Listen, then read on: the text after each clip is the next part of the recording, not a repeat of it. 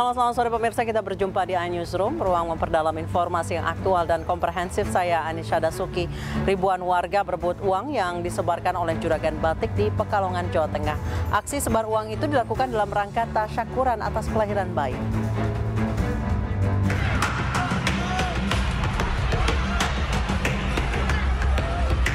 Video ribuan warga berebut uang yang disebar viral di media sosial. Dalam video itu terlihat warga Pekalongan, Jawa Tengah dengan antusias berebut uang yang disebar dari balkon sebuah rumah.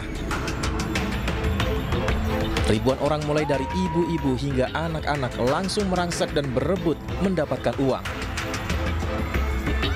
Belakangan diketahui penyebaran uang itu dilakukan dalam rangka tasyakuran atas kelahiran anak seorang warga.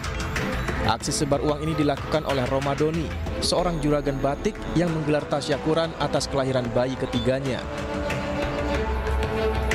Uang pecahan nominal seribuan, 5 ribuan, 50-an ribu, hingga ratusan ribu disebarkan dari atap rumah miliknya.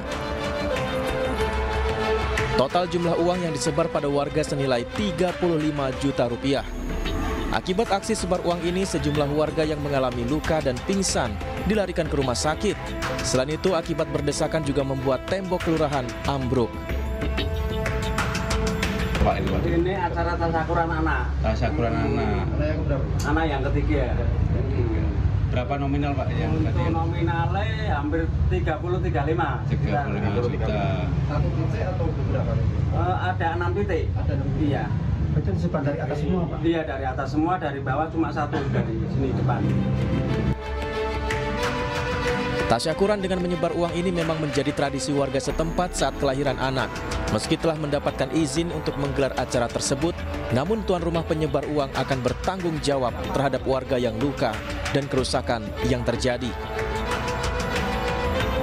Dari Pekalongan, Jawa Tengah, Suryono Soekarno, iNews melaporkan. Sebuah bus terguling di kawasan Banyumas, Jawa Tengah. Tidak ada korban jiwa dalam insiden itu, namun belasan penumpang terluka.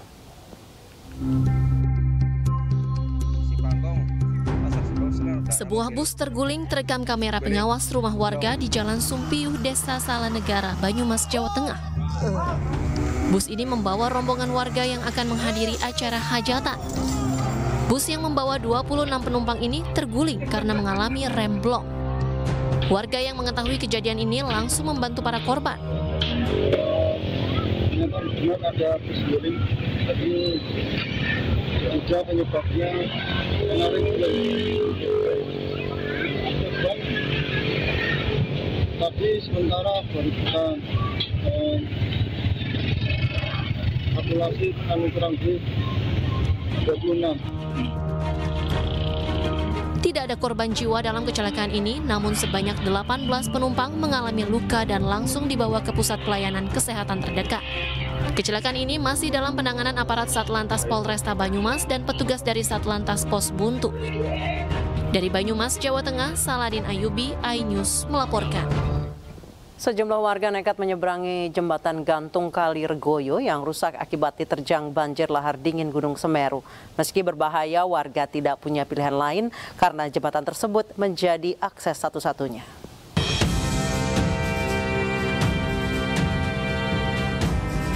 Pasca banjir lahar dingin yang terjadi di Lumajang, Jawa Timur, puluhan warga dusun Kajar Kosong nekat melintasi jembatan gantung Kali Regoyo yang rusak. Dengan dibantu sejumlah relawan, warga menyambungkan papan kayu ke jembatan yang putus untuk bisa menyeberangi aliran sungai Regoyo. Meski berbahaya lantaran kondisi badan jembatan yang rusak dan beberapa tali baja jembatan putus, warga nekat karena tidak ada akses jalan lain. Akibat putusnya jembatan gantung Kali Regoyo ini, sebanyak 61 kepala keluarga di Dusun Kajar Kosong dan Dusun Jobong terisolir. Gimana, Pak? Dari Kajar Kosong. Tadi melewati jembatan itu gimana, Pak? Wah, khawatir. Khawatir ya? Kos. Tapi memang harus melewati jalan Ya, satu-satunya ya, Pak? terpaksa ya. Di tengah nanti ada banjir. Tidak ada jalan lain ya, Pak? Nggak ada. Sebelumnya Gubernur Jawa Timur beserta jajarannya telah meninjau dampak banjir lahar dingin di sejumlah titik. Dalam tinjauannya, Gubernur Jawa Timur Khofifah Indar Parawansa berjanji jembatan akan dibangun kembali dan akan selesai dalam waktu 2 bulan. Ini untuk jembatan Kelapa Sawit, ini tugasnya Pemprov. Insya Allah kawan-kawan doakan lancar, 2 bulan insya Allah selesai. Selain memutus jembatan, banjir lahar dingin Gunung Semeru juga merusak sedikitnya 7 hektar lahan pertanian yang sudah mulai memasuki masa panen. Dari Lumajang, Jawa Timur, tim liputan iNews melaporkan. Warga Lampung dari berbagai elemen masyarakat beramai-ramai membersihkan sampah di pesisir pantai Jalan Ikan Selar, Bandar Lampung. Upaya pembersihan dilakukan setelah sebelumnya tumpukan sampah di pesisir pantai viral di media sosial.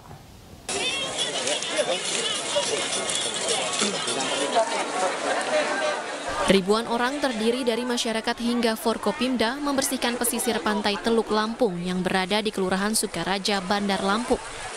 Pembersihan dilakukan sejak pukul 7 pagi tadi. Wali Kota Bandar Lampung, Eva Duyana, yang ikut dalam kegiatan ini mengungkapkan bahwa sampah yang menumpuk ini akibat terbawa ombak. Pemerintah Kota Bandar Lampung pun mengaku sudah berupaya membersihkan pesisir pantai lainnya secara rutin.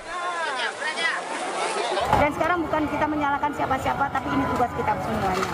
Dan bukan berarti kita tinggal diam, tapi semuanya yang semua mempunyai pesisir pantai sudah bekerja dengan baik, dan juga provinsi, pusat juga bekerja dengan baik. Cuman sekarang kan kita pikirkan penyelesaiannya ini seperti apa.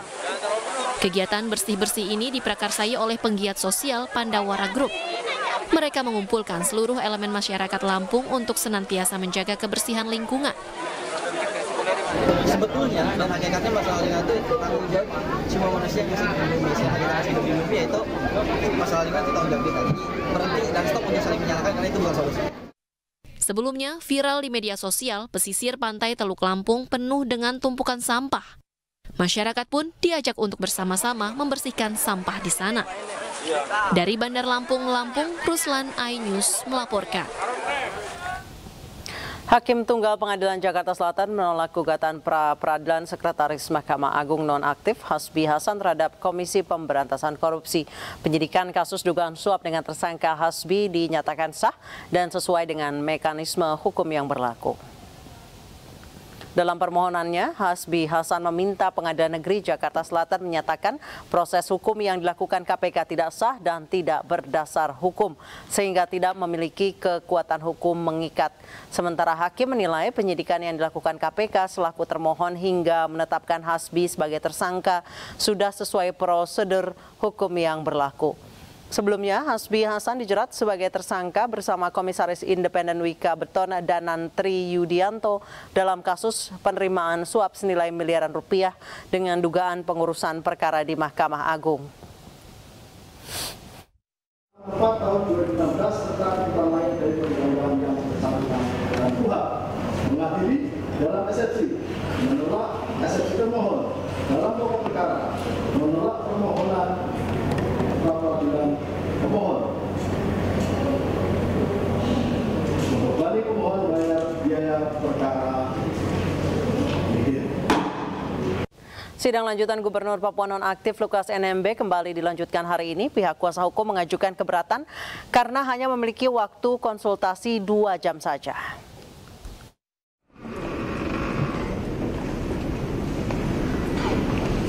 Usai dibantarkan selama 14 hari di Rumah Sakit Pusat Angkatan Darat Gatot Subroto, Jakarta, Gubernur Papua nonaktif Lukas NMB kembali menjalani sidang di Pengadilan Tindak Pidana Korupsi Tipikor Pengadilan Negeri Jakarta Pusat hari ini.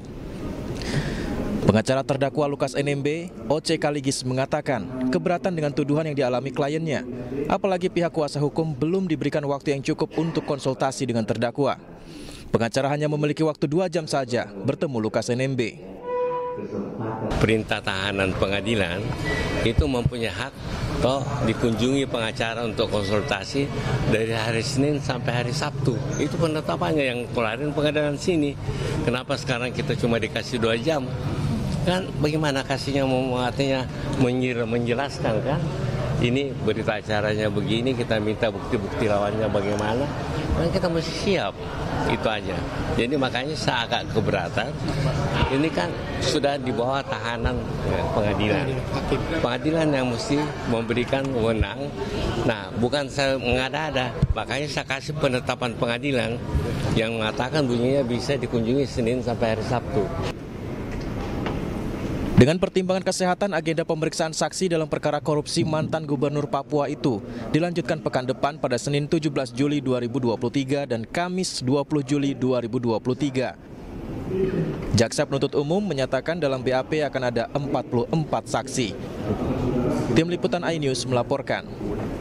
Elektabilitas para bakal cawapres saling susul mendekati pemilu 2024. Usai jeda kami akan membahasnya dalam dialog di iNewsroom, tetap bersama kami.